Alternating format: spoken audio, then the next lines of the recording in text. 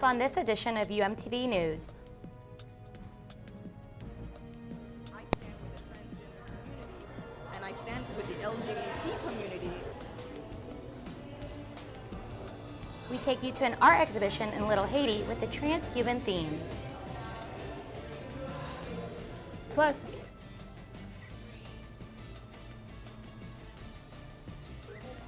new information on mammograms that may shock viewers on when it is the appropriate time to get them done. And the Dolphins shocked their fans with an unexpected win, thanks to new coach Dan Campbell. UMTV News starts right now.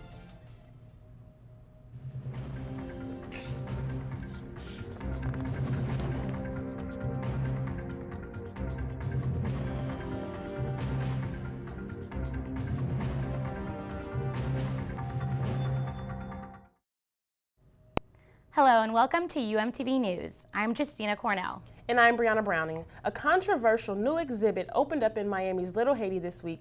Our own reporter Andrew Nicolosi attended the opening. Andrew? That's right, Brianna. The exhibit was deemed controversial before it opened because of its subject matter, and police were on site at Elan Gallery ready for any altercation. But although some expected protests, there were no incidents. Cuba is not necessarily known for its transgender community, but this month it is being celebrated right here in Little Haiti at Elan Gallery. I saw these images and I related so well to the various faces and the expressions. I said, well, this is absolutely perfect, because I thought, what better place than Miami, where you have the largest group of Cubans and transgender rights are on the forefront of everyone's lips right now. We've worked really hard, pulled this together, and Trans Cuba came to Miami. Trans Cuba is a series of photographs that shed light on the daily lives and struggles that transgender Cubans face in their country. In Cuba, you can't change your birth name, and you're only allowed to do certain kinds of work. And unfortunately, many people have to end up doing street work. There are many laws that need to be changed. Things are improving. There's hope. Viewing these photographs helped some appreciate the change that was happening right here in America. What does this mean to me? It means a lot to me. It means that the transgender community is moving up. Times are changing, I'm just excited about it. I'm just really excited.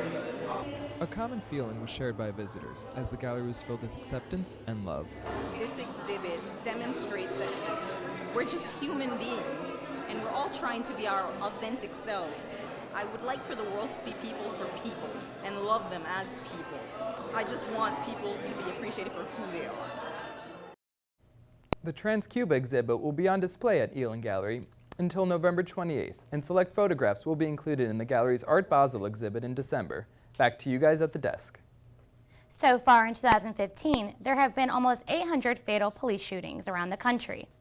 On Sunday, another family was left with little information as to how their loved one died. Florida drummer Corey Jones was shot and killed by a plainclothes officer while waiting for a tow truck on I-95. Palm Beach Gardens police released a statement saying that as the officer exited his car, he was approached by an armed subject. Friends and family of Jones describe him as a mellow, church-going guy and say they do not believe these allegations. St. Louis authorities are investigating fires happening at local churches. 6 fires have been set in recent days, all at predominantly black churches. Authorities are asking those who have noticed anything suspicious around the areas to come forward with more information. They are offering a $2,000 reward for any leads on the fires. Early Sunday morning, Glenn Baxter drove himself, his wife, and his 3 children into a lake in Phoenix, Arizona.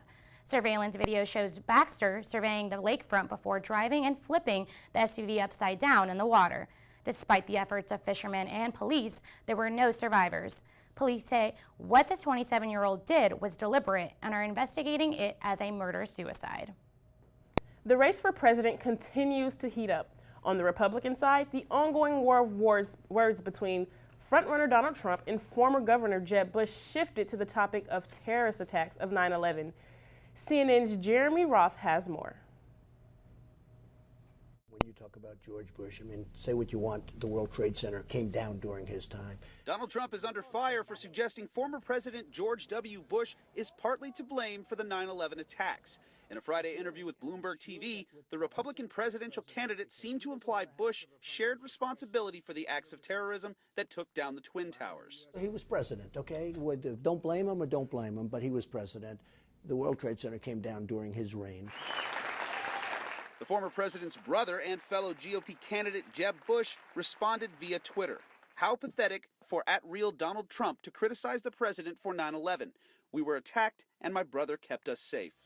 For his part, the usually talkative Trump has so far refused to answer questions on the subject. Mr. Trump, can you clarify, do you think that 9/11 was President Bush's fault? Jeb Bush said on Twitter that your comments about 9/11 were... We have a comment on Jeb Bush. No comment on Jeb Bush. But the candidate has responded on social media, engaging in a Twitter war with his Republican rival. No, @JebBush, you're pathetic for saying nothing happened during your brother's term when the World Trade Center was attacked and came down. Trump's comments are spurring other GOP candidates to weigh in. Ben Carson said he didn't hear Trump's remarks, but when asked if he thought Bush shared responsibility for the attacks, he responded. I think it's ridiculous to suggest that he's responsible for it. I'm Jeremy Roth, reporting. For the first time in 10 years, Canada has elected a new prime minister in a general election that handed Justin Trudeau's Liberal Party an absolute majority. The stunning blow denied a fourth term to incumbent Prime Minister Stephen Harper and his Conservative Party. Harper was held the position since February 2006. Harper says he will resign as leader of the party, but he will remain in Parliament as a lawmaker. Just ahead on the show, we'll bring you the story of a student who's defying stereotypes. Plus, the new recommendation from the American Cancer Society that can make you think twice about scheduling a mammogram. Details when we return.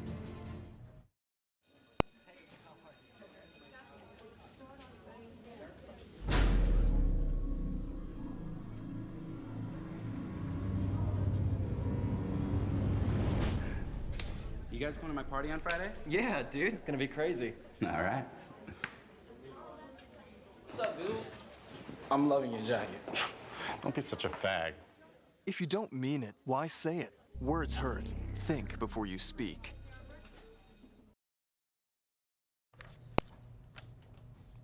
We're back with more UMTV news. We turn now to a story of a UM student who found acceptance in a very unlikely place. Our reporter Oliver Redston has more. Oliver? That's right, Justina. It's no secret that fraternities all across the country have been in the news a lot lately for all the wrong reasons. From sexual assault to racist chants to allegations of hazing, there's certainly plenty of bad news to go around. But this week I spoke to one UM student who has a much more positive story to tell, and it may change your opinion on fraternities altogether. At a glance, Sam Fine seems just like most of his fraternity brothers. But in one major way, he's very different. He's openly gay, and he's also dating a member of another fraternity. But it's not what you'd think. In a culture thought by many to be exclusionary, even bigoted, Fine says he's been met with open arms. One of the first parties that I actually went to as a part of Greek life, I wrote in my group message with a bunch of the guys in my fraternity asking would it be weird if I brought the guy that I've been hanging out with, and they were all it'd be weird if you didn't bring him. There are still a lot of very heteronormative stereotypes and testosterone-driven behaviors that exist in Greek life at the University of Miami and in the fraternity world. Hopefully we're reaching a point where people don't necessarily care about that issue, where brothers have made a decision to accept people as they are. It's not something that's an issue, at least for me or anybody that I know. It's a choice. This is the 21st century, it's his thing. We support it. Not everyone has been quite so supportive. When the pair first started dating about 6 months ago, they started to receive hateful personal attacks on the anonymous social media app known as Yik Yak. But Fine says the entire Greek community, especially his fraternity brothers, went out of their way to come to his defense. People should give college kids and college students and Greek life specifically a lot more credit. It's probably the best thing that's happened to me since I've been at school. I know that there's 120 guys that have my back no matter what happens. In this case, it seems the stereotype doesn't fit in, but Sam Fine does. Gay or straight, he's my brother. In Coral Gables, Oliver Redston, UMTV. Fine told me that he hopes he can be a role model for other gay students who are unsure about whether they should rush and join Greek life. One more note, he was also just elected to an executive board position within his fraternity. For UMTV, I'm Oliver Redston. Now back to you. Thank you, Oliver. Today, the American Cancer Society updated their guidelines on the recommendations of annual breast cancer screenings.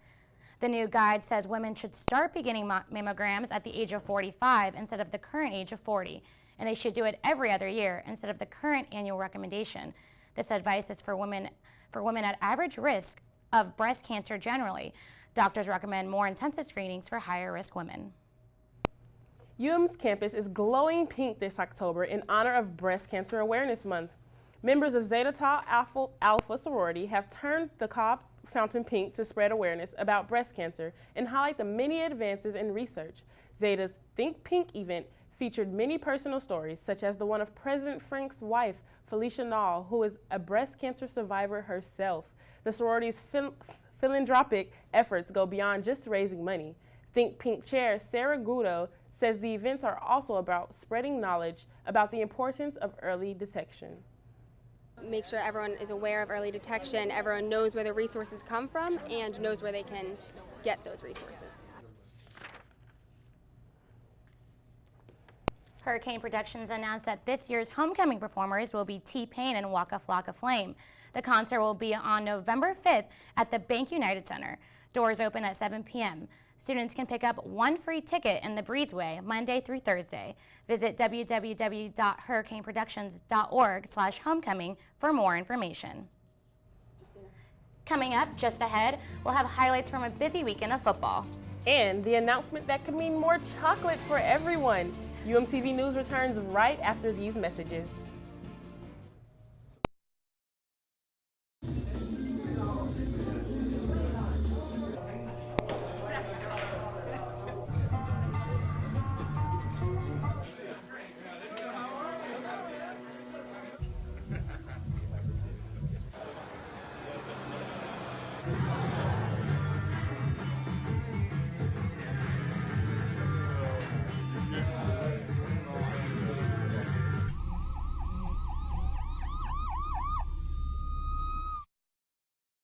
We are back with more UMTV News. Next, we have the most important sports news of the week.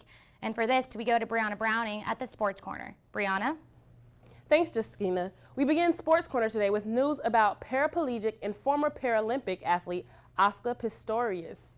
He has been released from prison in South Africa after serving a year for the murder of his girlfriend, model Reva Steenkamp. The former Paralympian is serving a 5-year sentence. He will now serve the remainder of his sentence on house arrest in his uncle's house. Switching over to some Hurricanes football now. After losing to Florida State in Tallahassee 2 weekends ago, Miami was trying to win their first ACC game against the Virginia Tech Hokies at Sun Life Stadium. The UM cheerleaders were supporting pink pom-poms to celebrate Breast Cancer Awareness Month. Speaking of awareness, check out Hurricanes defensive linebacker Trent Harris while charging at Virginia Tech quarterback Brandon Motley. He sees the quarterback, fumble, immediately jumps on the ball, and that would set up this 3-yard touchdown run from Joseph Yerby. He scored in every game this season. Canes up 7-0 early.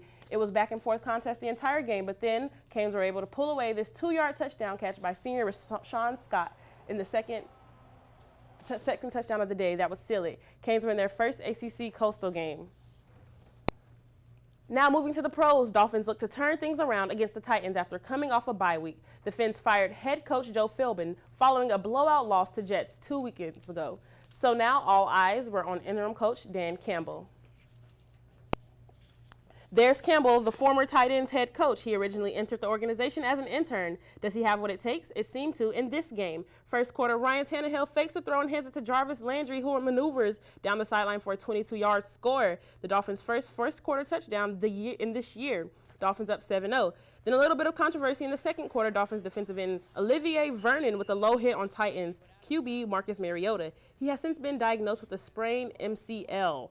No word on a potential fine for Vernon, though he said after the game that that was not a deliberate hit at all. Meanwhile, the rest of the Dolphins lineup had a field day. They only had 1 sack through the first 4 games, and defensive end Cameron Wake had 4 in the first half of this outing.